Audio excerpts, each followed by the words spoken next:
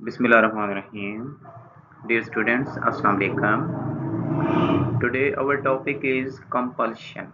Compulsion means strong obligation. Then such kind of works which you have to do willingly or unwillingly. It is in your duty कि आपने वो वाला काम करना ही करना है. So sometimes we use the same word. यानी बात तो ऐसे होता है कि हम इसी वर्ड को उठा लेते हैं कंपल्शन को और उसको सेंटेंसेस में यूज कर लेते हैं. पहले तो हम इनको देखते हैं. इस सेंटेंस को जब हम इस वर्ड को यूज करते हैं then of course in present, past और फ्यूचर. तो ये आ जाएगा. सपोज हम एक सोल्जर की ही ले लेते हैं, एग्जांपल ले लेते हैं कि सोल्जर का जो सबसे पहला जो है वो ड्यूटी यही बनती है, स्टे अलर्ट विजिलेंट.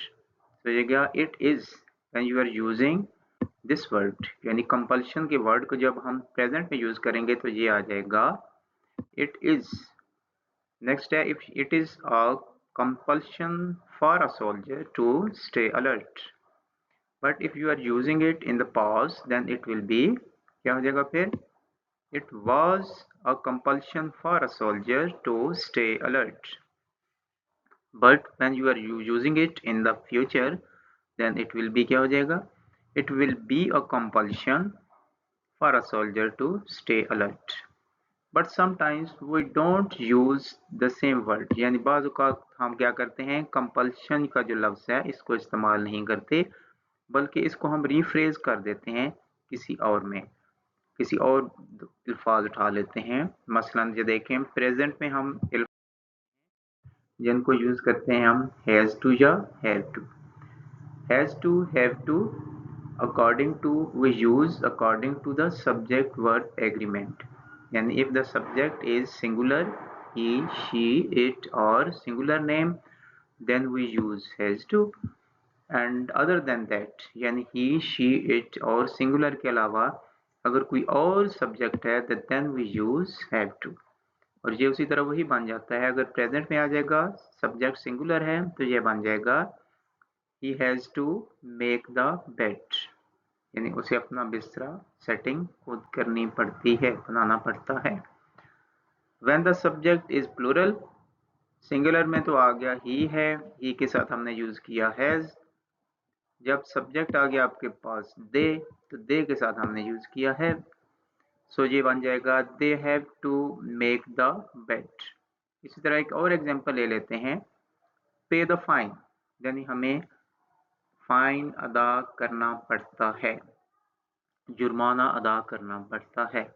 प्रेजेंट में है, सब्जेक्ट वी है तो वी के साथ हम लगाएंगे हैव टू, तो ये बनेगा we have to pay the fine.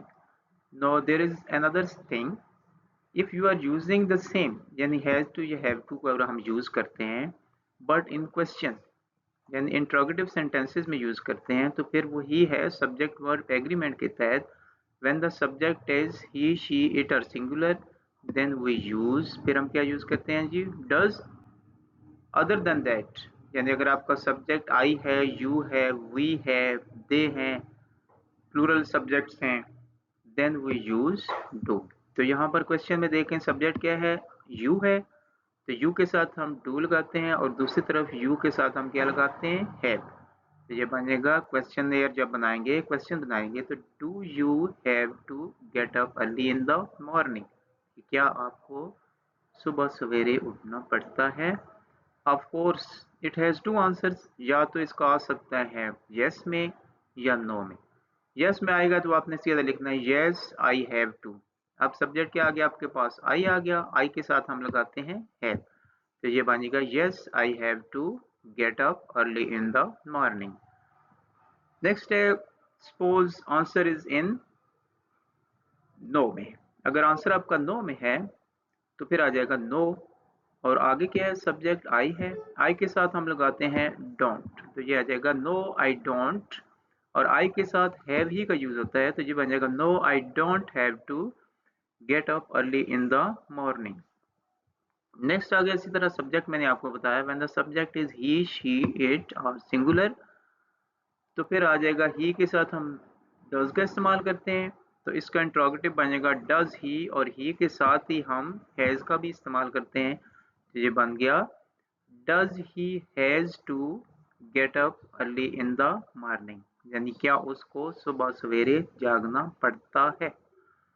तो ऑफ कोर्स इसका या आंसर अगर यस में है तो फिर आ जाएगा yes he has to, no है तो he no he doesn't has to. Clear जी। सो ये आ गया आपके पास हैज़ टू हैव टू का इस्तेमाल अगर हम सिंपल प्रेजेंट टेंस में करते हैं, यानी प्रेजेंट टेंस में उसको यूज किया जाता है। वर्ड्स सॉरी पास्ट, हैज की हैव की सेकंड फॉर्म वही सेम रूल, हैड इस्तेमाल होता है। There is no discrimination of subject verb agreement in both cases, चाहे आपका सब्जेक्ट ही है, चाहे दे है, चाहे वी है, आगे आपका हैड ही आएगा। मसलन आ गया he had to make the bed, कि उसको अपना बिस्तरा खुद सेट करना पड़ा। आ गया जी they had to make the bed, same वही। आ गया we had to pay the fine, हमें फाइन अदा करना पड़ा।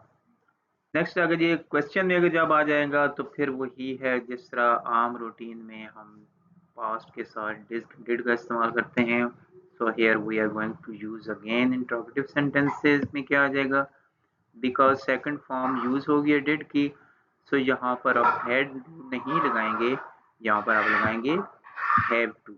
ये बनेगा did you have to get up early in the morning, क्या आपको सुबह सवेरे उठना पड़ा। आंसर आ जाएगा यस आई हैड टू, क्योंकि आंसर आपका यस है और फिर आपने यहाँ पर डिड सेकंड फॉर्म नहीं यूज की, तो आपने हैव टू की सेकंड फॉर्म यहाँ पर यूज कर ली हैड टू, तो जाएगा yes I had to get up early in the morning.